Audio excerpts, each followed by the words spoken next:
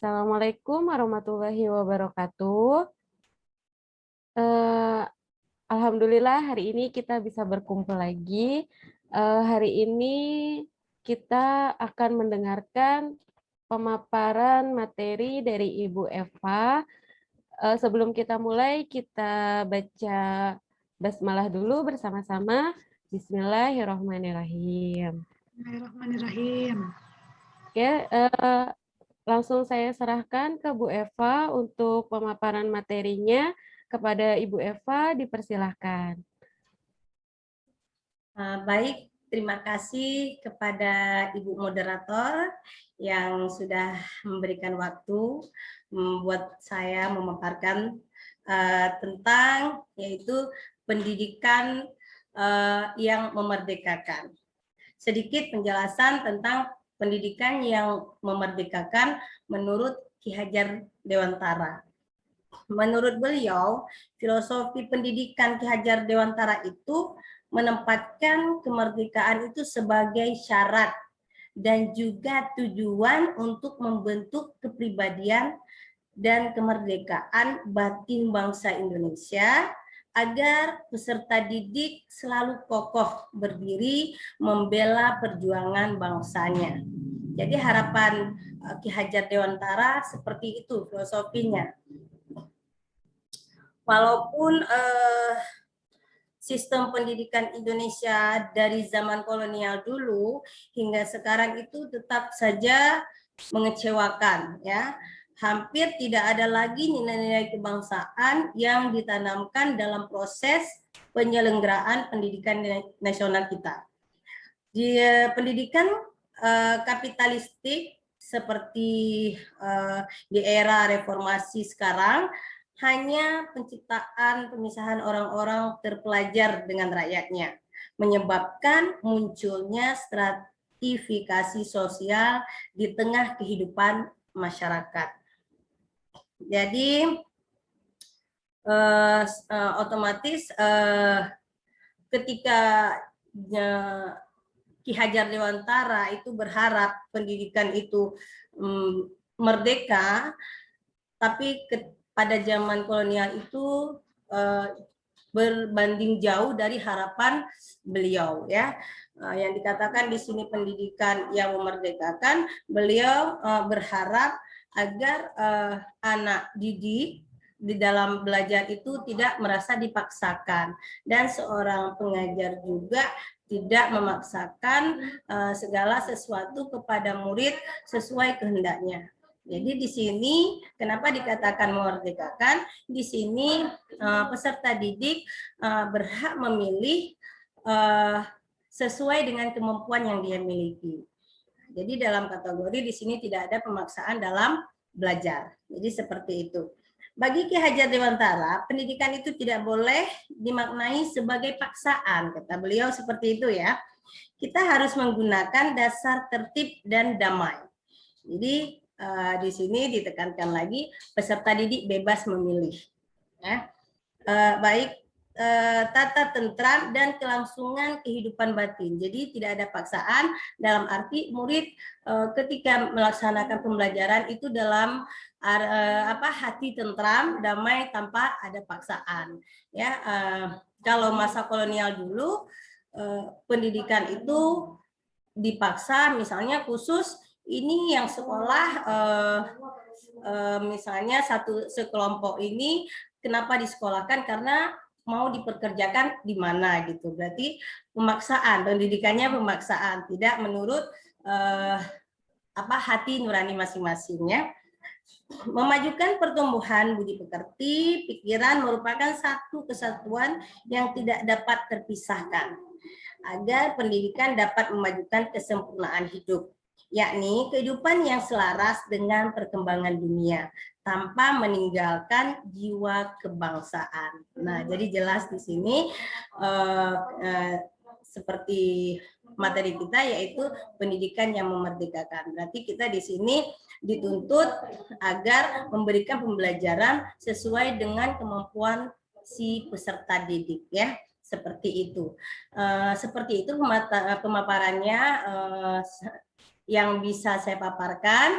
Mungkin ada sanggahan atau tambahan dari Bapak Ibu atau ada yang ingin dipertanyakan, dipersilakan. Kepada ibu-ibu dipersilahkan, ada yang ingin menambahkan atau bertanya kepada Bu Eva, Bu Dermilan atau Bu Meli? Saya boleh bertanya, Bu Ibu fasilitator kita, Bu Eva, apakah ada perbedaan prinsip dari pendidikan Ki Hajar Dewantara dengan sekolah bergerak ini, atau ada kaitannya atau bisa diaplikasikan dengan sekolah penggerak yang sedang kita pelajari hari ini, Bu fasilitator? Terima kasih. Baik, terima kasih. Tentunya ada kaitan ya, karena kenapa di dalam sekolah penggerak ini kan kita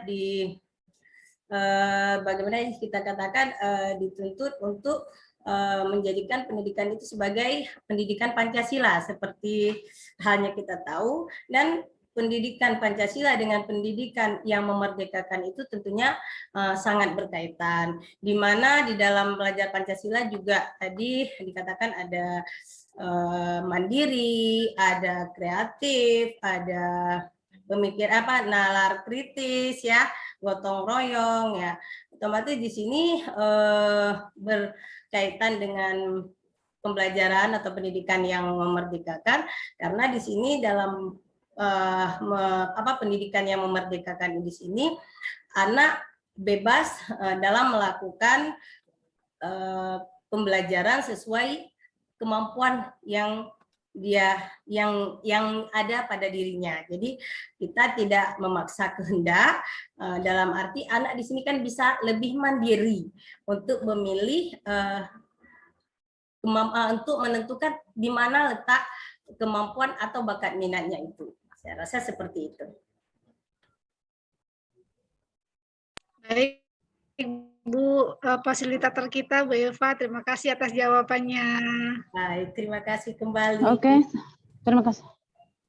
Silakan. Bu Dermilan, silakan. Boleh, saya ingin bertanya ya, Bu ya.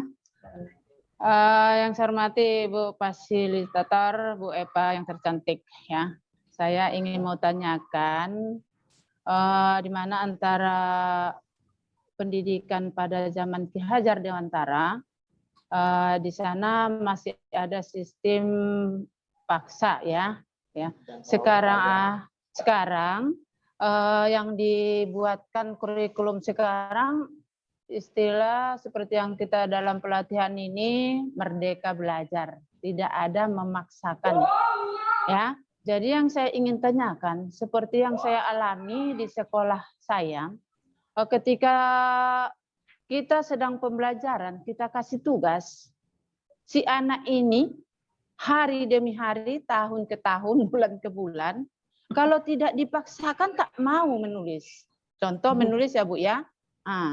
Jadi bagaimana solusinya ya? Bagaimana kita untuk mendapatkan tujuan pembelajaran kita sementara si anak tadi tidak boleh dipaksakan. Padahal satu kata pun tak pernah menuliskan apa yang kita sampaikan. Jadi mohon solusinya bagaimana untuk menghadapi anak yang seperti ini. Sekalipun ada merdeka belajar tidak boleh memaksakan. Terima kasih. Baik, terima kasih Ibu Dermilan. Saya akan coba menjawab ya. Memang di dalam pendidikan yang memerdekakan di sini jelas dikatakan tidak ada pemaksaan dalam belajar ya. Tapi yang kita lihat nyata di lapangan di sekolah-sekolah satuan pendidikan kita ada memang bervariasi karakter si anak. Nah, disinilah dituntut guru untuk melihat sebenarnya karakter si anak itu tertuju kemana. Ya, kita nggak boleh memaksakan. Apabila si anak itu dalam hal misalnya hafalan surat-surat pendek, ini misalkan ya. Ketika dia menghafal surat-surat pendek, kita ulang berkali-kali dia tetap tidak bisa setiap pembelajaran kita bisa melihat sebenarnya apa sih yang dilakukan anak ini. Terus kita juga bisa meninjau kembali latar belakang dari keluarganya, ya. Jadi jangan hanya terfokus kesalahan itu tertumpu pada si anak. Mungkin latar belakang keluarganya bagaimana gitu ya. Kita harus lihat juga dari mana asal-usul si anak, bagaimana kehidupan si anak, mungkin beban kehidupan yang dia rasakan setiap hari itu sulit bagi dia untuk melakukan hafalan, atau mungkin dia di rumah dibebankan dengan pekerjaan-pekerjaan yang tidak sesuai dengan dia. Jadi otomatis kita di situ tidak memaksa, tapi mengetahui lebih dahulu ya apa kendala dari si anak ini. Jadi atau nanti bisa kita kasih solusi, kira-kira si anak ini bakat minatnya kemana ya? Oh mungkin dia kurang cepat untuk hafalan, atau kita kasih dia untuk misalnya menulis. Kita lihat tulisannya mungkin di kaligrafi dia lebih nonjol gitu ya. Jadi seperti itu saya rasa. Oke lah Bu ya, ya. Cukup, terima kasih Bu atas penjelasannya. Iya, Oke, saling belajar kita di sini Bu ya. belajar. Baik. Terima kasih, saya kembalikan kepada moderator. Silakan. Terima kasih kepada Bu Meli dan Bu Dermilan yang sudah menyampaikan pertanyaannya, dan terima kasih kepada Bu Eva yang sudah memaparkan tentang pendidikan yang memerdekakan. Kalau menurut Ki Hajar Dewantara, pendidikan yang memerdekakan tidak boleh memaksakan ya Bu ya. Iya. Cukup sekian presentasi hari ini. Kita baca hamdalah. Alhamdulillahirabbil alamin. Alhamdulillah. Saya sebagai moderator mengucapkan terima kasih. Assalamualaikum warahmatullahi wabarakatuh. Baik, terima kasih lebih dan kurang. Saya juga minta maaf. Terima kasih. Terima kasih Bu Eva. Wassalam. Ya,